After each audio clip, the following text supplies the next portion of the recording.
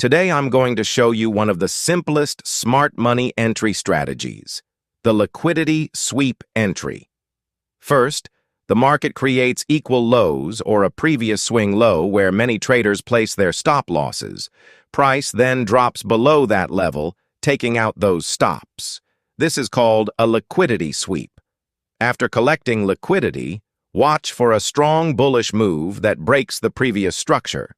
This is your confirmation that buyers are back in control.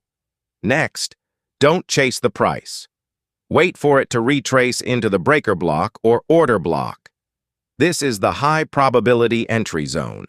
Place your stop loss just below the liquidity sweep low and target the next major resistance or liquidity level.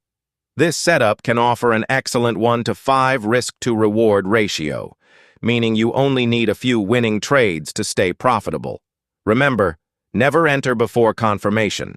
Let the market sweep liquidity, break structure, and then wait patiently for the pullback. Follow these 3 steps: liquidity sweep, break of structure, pullback entry.